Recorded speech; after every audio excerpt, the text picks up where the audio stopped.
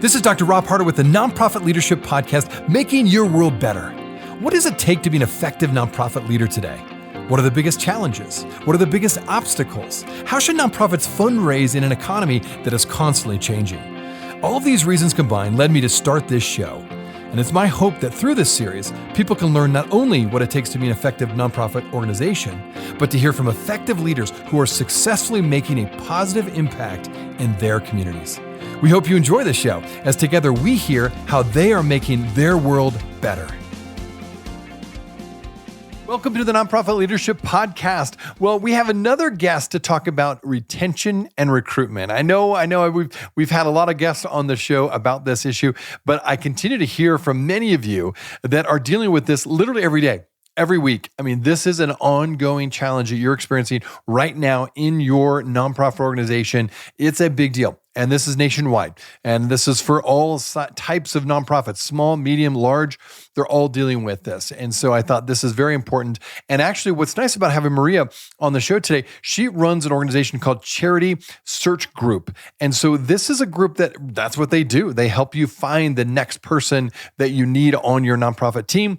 And so I think you're going to really enjoy hearing from Mariya and all the different insights she has on the recruitment side, on the one hand, onboarding, how important onboarding is, and then, of course, the retention side, some of the facts they found around the retention issue. So, as always, love to have you tuning into the show. Thanks for being here, and now it's time to move on to the show.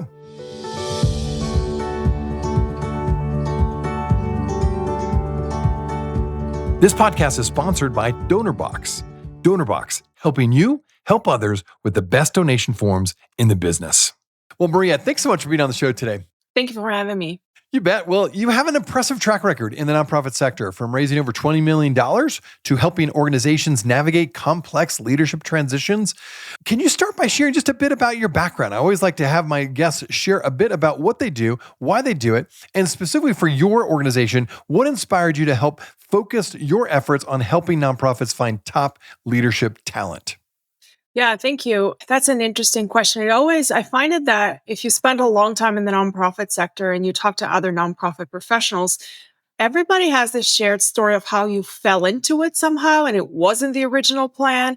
That actually dovetails to some of our talent pipeline issues that we have, because there isn't really a natural talent pipeline for nonprofit professionals, especially if you go back 25 years or so. There wasn't really nonprofit management programs as much and all that. Anyways, I'm digressing. So I fell into it. I think I got a student job where I was working in my college and I was asking people to support scholarships, I think it was. And there was one particular project about the library that we were raising funds for. And as I was graduating, the library renovation was done and they had this huge donor wall. And one of the gifts I had solicited, I remember it was like a very memorable, different name, actually ended up being on that wall. And I was like, I made that happen. And that's when things clicked for me, is that I can be that conduit of people's good intentions and real change and sort of tangible impact that they could have. And so that's sort of what sparked the interest in the nonprofit sector for me. And I spent a good decade and a half fundraising for various projects. And I've done some really cool things in the nonprofit space where I've raised small donors and mega gifts and anything in between. And I've worked on a lot of different projects, whether that has been libraries, whether that's been scholarships, and some really cool partnerships and sort of different kinds of ideas. But talking to donors is what I spent the majority of my career doing.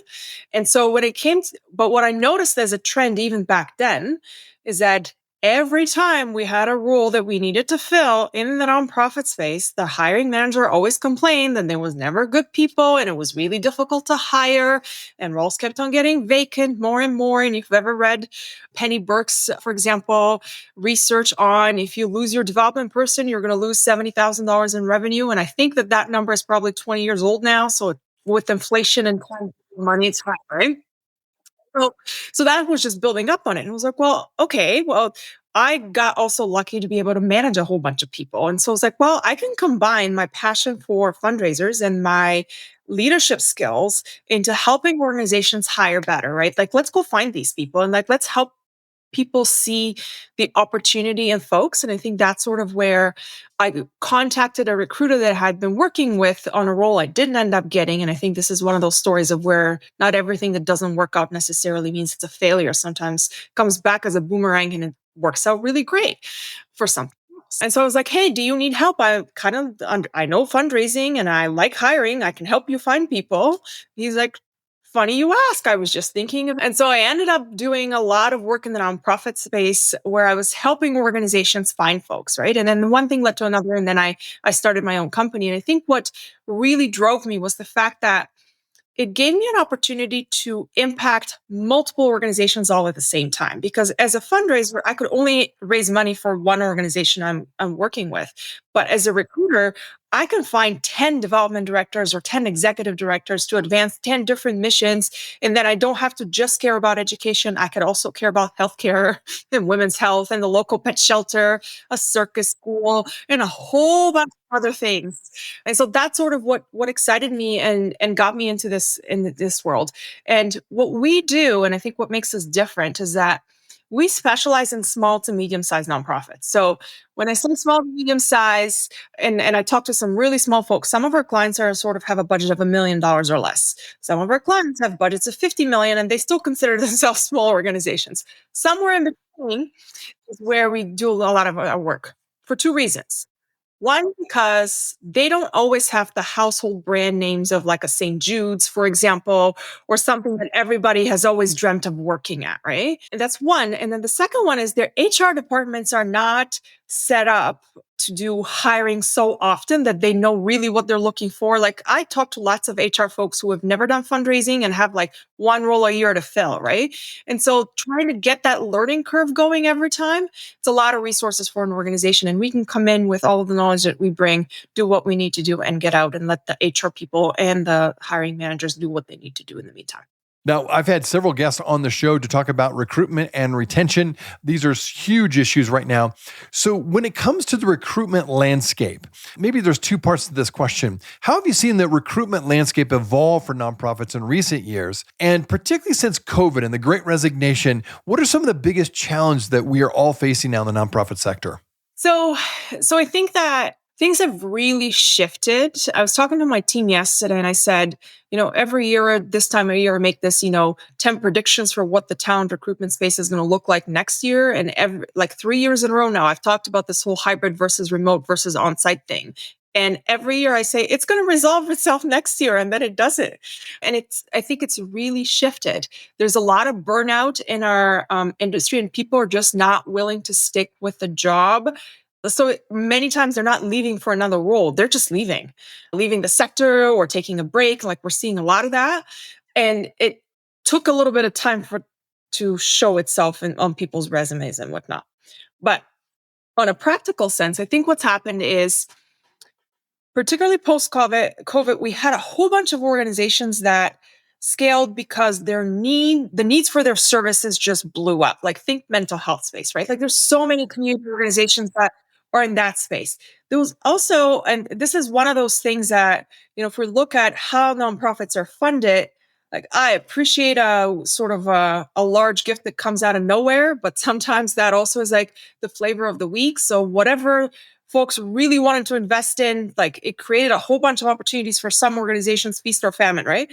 And so what we're seeing a lot of now is just growing pains and folks trying to scale and figure out how to go a little bit higher and scale their services or their fundraising efforts and whatnot. And so when you have that much change, guess what? Humans are not great at it. Like we hate that having to constantly be trying something new. And we just came out of a pandemic where we had to learn how to be at home and work at the same time. And now you're telling us we have to get back to the office and learn that again. It just goes on and on, right? So there's a little bit of crankiness happening where people are just not tolerating a whole bunch of change all the time, which would have happened anyways. On the plus side, I think there's also a lot of opportunities. A lot of small nonprofits are doing some incredible work and they've gotten some funding to be able to do more of it and scale it. And I think that's where there's just more opportunities, especially at the executive director level. Like if you want to be an executive director of a small nonprofit that has a niche mission, I would say. There's lots of opportunities out there because their founding directors are retiring, for example, or they started as a founder. Now the founder is ready to step back and they want a full-time executive director on staff. And like, so it's just going on and on. So that's where there's just more opportunities than there were 5 years ago, which then the ripple effect of that is we don't have enough talent to fill those opportunities. So there's people who can be choosier about some of the roles, and that impacts retention and that impacts compensation and a whole bunch of other things too. Okay, so the other side of this, as we talk about recruitment, well, retention is such a huge topic, right? We talked before the show just about how important this is and how many nonprofits are dealing with it right now. And it wasn't just because of the Great Resignation. This has been an issue that nonprofits have been dealing with for a while, but you also add the high cost of living, inflation, all these things have contributed to what I would say almost now is a near crisis in many nonprofit organizations where we're just losing so many staff. And as you mentioned, people are leaving not just their job, but they're leaving the sector altogether and going into a for-profit job or sometimes just taking a break. So in your opinion, from your experience, why are we having such a hard time keeping people at our nonprofits? So, I mean, okay, personal example I can give you. That was a few months ago. A long story short, I saw my first job out of university that was in fundraising posted again, right? And I was like, well, let me see what it pays now because I specifically remember exactly how much money I was making in my first job, right? And it came down to it had grown over, 2 decades at 2% annually, right? Like the very standard step salary increase type of thing. The reality, however, is that the market rate for that role had actually gone up a lot higher than that, more like 5 or 7. And so here you have a role that if I had stayed in it, let's say, and it doesn't have to be 20 years, you can make that same argument with 3 or 4 or 5, right? I would have been growing at 2% a year and the market would have been growing at 5% a year. And so I'm incentivized to leave because I will make more money down the street than I would if I stayed, right? And so when I talk to my clients and my candidates when we're negotiating an offer, my question is not just like how much are we putting an offer out for this particular role. My question is, and when is this salary being revisited? Is it 6 months down the road? Is it 12? How are we incentivizing this? Are there performance-based bonuses? Are there retention bonuses? What's the growth trajectory for this role? Because it's not about how much are you going to make in your next role when you get the offer. It's more like, are you going to be able to grow in it, right? And not just sort of, we invest in professional development. That's great. But what does that look like financially? I think that that's really important. And that's sort of where a lot of the grumblings and unhappiness that causes people to leave jobs is when they just feel constantly like they're underpaid and they're asked to do more. The other thing that happens is, well, so, okay, you leave your job and now it's going to take me 6 to 9 months to fill that.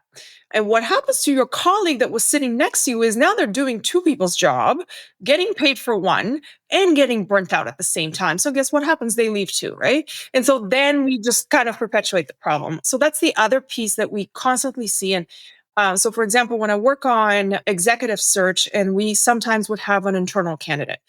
And my advice to a lot of my clients is make that internal candidate an interim for 6 or 12 months and see how they do in the job. If you think that they have a potential, that's very low risk for the organization to carry. But if you're going to do that and you want to set them up for success, think about how you're going to backfill their job, because the point is not for them to do two people's jobs and then not be good enough in either one, right? So that's, I think, is how we also have to think about retention. It's not just about the person that's leaving. It's also who else around them is going to get impacted by that.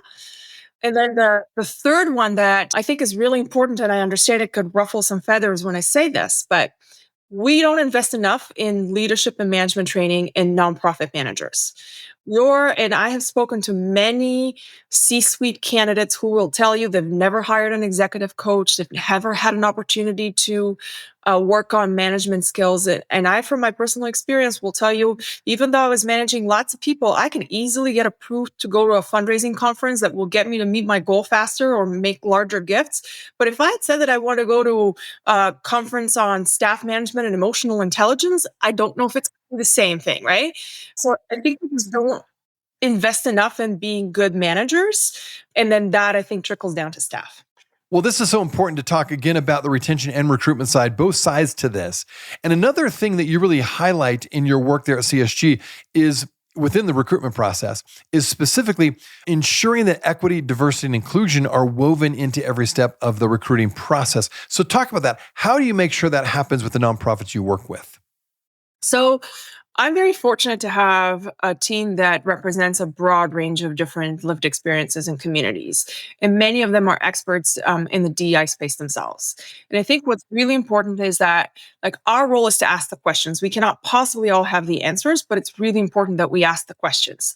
And so when an organization comes to me, as they did yesterday, I believe, and they said, we need to hire a new executive director, it's really important that this person represents the community that we serve, and we are in a very diverse community. I hear that like every week. And my first question is, okay, so what does the board look like? Is your board representative? Because we're not going to put a person of color, for example, to report to an entirely white board and then set them up for success. Like how much cultural awareness do you have as a board, and how ready are you for that hire? Have you done any DEI training, for example, like unconscious bias training? Like, have you had external consultants? And like, what kind of connections do you have to the community already? How diverse is your staff? And like all of these, how diverse is your donor pool, et cetera. So before we even get to the hiring part of the person, we want to make sure that we're going to set somebody up for success and the organization is ready for this person. So that's one aspect of it. And then you break every part of the recruitment process down and make sure that there is somebody in the room, and that's usually my search consultant, be like, well, what about this? Have we thought about that? So to give you an example, we would look at a job description and say, okay, does it have enough call-in language? Because putting at the bottom of your job description that says, organization XYZ is an equal opportunity employer, we welcome people from blah, blah, blah, blah, blah, blah. That's not helpful. That is not how we do call-in language. If you don't know your values, and if you can't appreciate lived experience the same way that you appreciate someone's fundraising results, we're not going to get very far. So that's step one, right? Step two is, how can we be proactive in the outreach that we do? And so I spend a lot of time on LinkedIn, for example, and LinkedIn is really interesting. So like a funny part about diversity in the opposite end of the spectrum, when I do sourcing for a role, and I've created a pool of 150 people I want to reach out to and be like, hey, here's a potential job for you, right? LinkedIn inevitably would send me this little message that says, hey, by the way, we notice your pool is primarily female. Do you want to reach out to more guys? Because profit race is primarily female. And so, but that is how LinkedIn recruiters thinks of diversity, by the way. But anyways, jokes aside. So I think it's really who you reach out to from the get-go, I think is really important. But also understanding sometimes, well, are you creating a job description that has systemic bias in it? So like, are we really stacking on so many credentials and so much experience? Like, are we looking for unicorns? Because that's not helpful. Whenever I talk to boards, the first thing I ask is, okay, I know you're going to give me a checklist of 10 or 20 things you want this person to be doing. What are you willing to compromise on? And then it gets like quiet.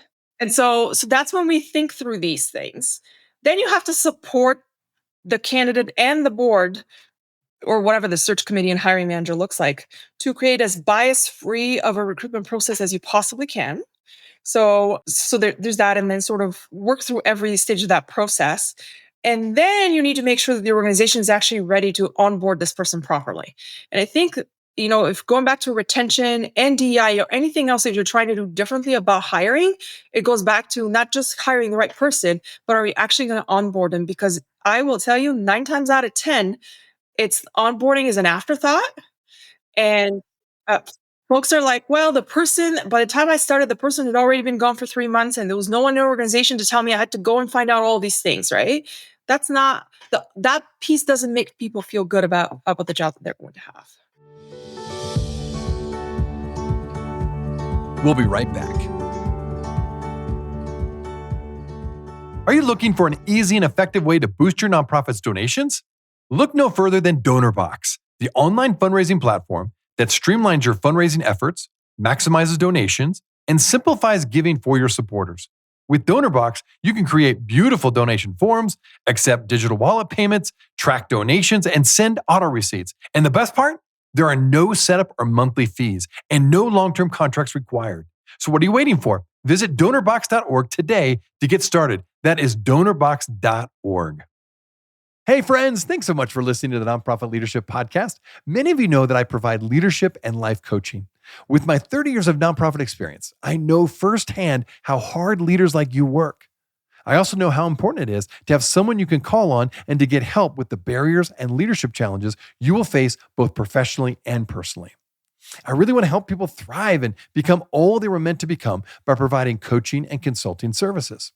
And it's been so much fun working as a coach, working with clients who are leaders just like you, looking to grow personally and professionally. What you may not know is that I also provide consulting services. Currently, in fact, I'm working with an organization to help them create a clear strategy and plan to raise $3.5 million to expand their organization. So perhaps you're an executive director and you sense your organization has hit a lid on growth and you need a strategy as to how you can scale your nonprofit.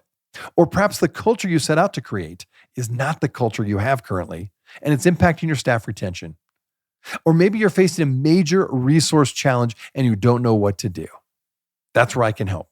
I come alongside leaders and organizations to create strategies to grow their organizations and maximize their impact. If your nonprofit needs help with fundraising, strategy, or operational effectiveness, reach out today. You can simply email me at rob@robharter.com. You can go to my website, robharter.com, or you can call me, 435-776-5173. I would be happy to provide a free sample coaching session or a consult to see how I can best be of help to you and your organization. Well, thanks again for listening. Now back to the show.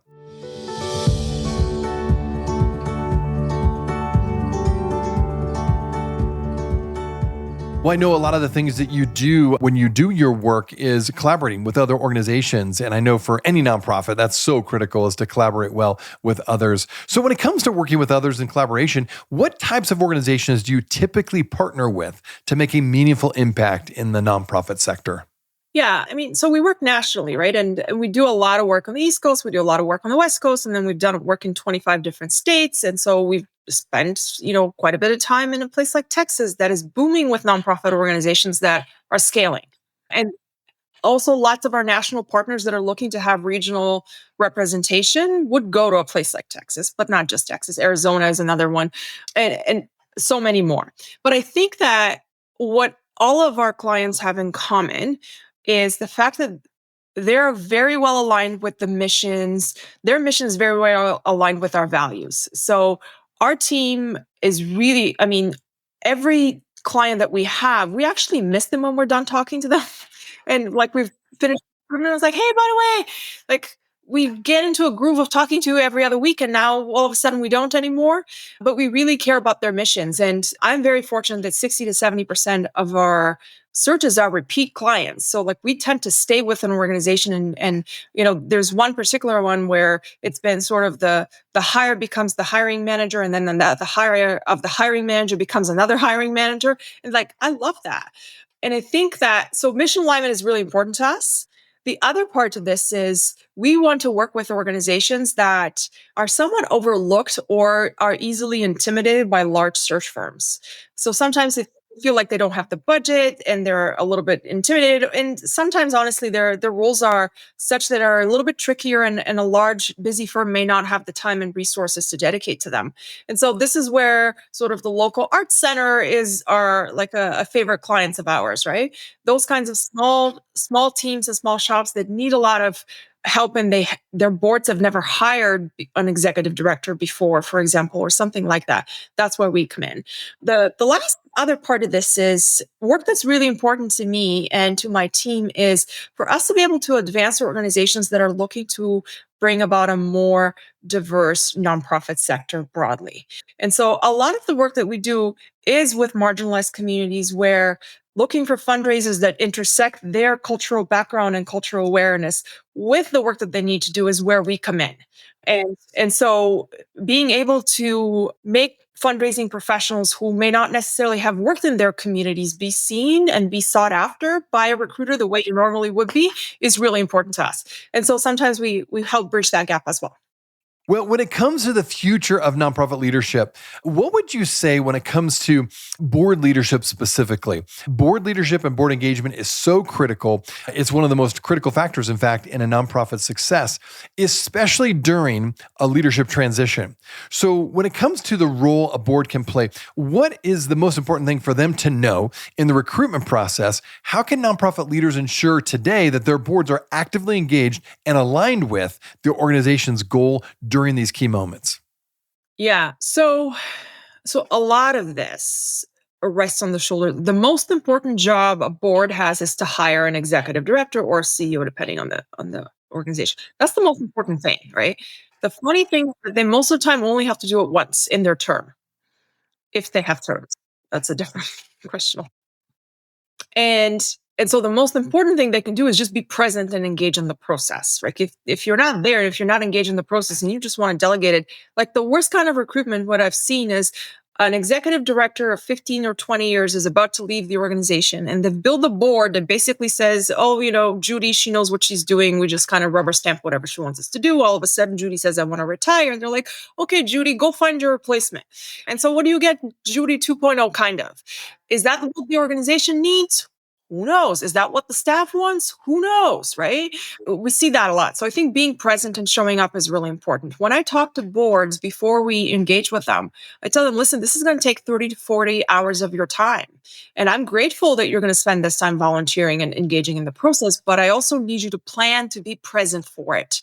Because the last thing you want is a board member that's not engaged in the process to meet a candidate that's gone through 4 rounds of interviews and then they start asking questions that were already figured out 3 months ago, right? But the other piece to this, which I think that we need to do a lot more work in, is so most board members are not nonprofit professionals. And so we as nonprofit professionals have to take the responsibility for educating them. And sort of, but we also got to believe in ourselves a little bit more. Like just because someone is really successful in running a tech shop, for example, doesn't necessarily mean that they know everything there is to know about running a nonprofit. And we have to get out of our own way and understand they're the expert there. This is a new job. Here's how you're going to get trained in it and continue to be developed in it. Here's what your job description is going to look like. And are you meeting expectations or not, right? If we continue to believe that board members know it all and we just kind of go along with it, that's not going to work. But the other piece of this is there's a power dynamic there that's really important to consider. And I think we don't do enough talk about sort of how people who are not nonprofit professionals view nonprofit professionals. So a typical scenario that always gets me maybe a little bit in trouble is, okay, we need to talk about the compensation of the executive director. And I have a whole bunch of board members sitting there going, but this is a nonprofit role. People should just be passionate about it. I'm like, passion doesn't pay your mortgage. And by the way, board member number XYZ, like you make $500,000 a year. Like you're not the nonprofit professional. Uh, so that's where I don't actually think that I've ever told someone how much money they make because I don't most of the time know, but you could tell sometimes where we can't continue to perpetuate that myth that nonprofit professionals are not as should not be as well compensated, should not be as professionalized, sort of do this off the goodness of their heart. I think that just diminishes the skill that it takes to lead a nonprofit. All right. So for my listeners who maybe are hearing this and they're like, we need a search firm to help us find the next development person or marketing person or next executive director, how can people get a hold of you and how can they learn more about you and your work at CSG?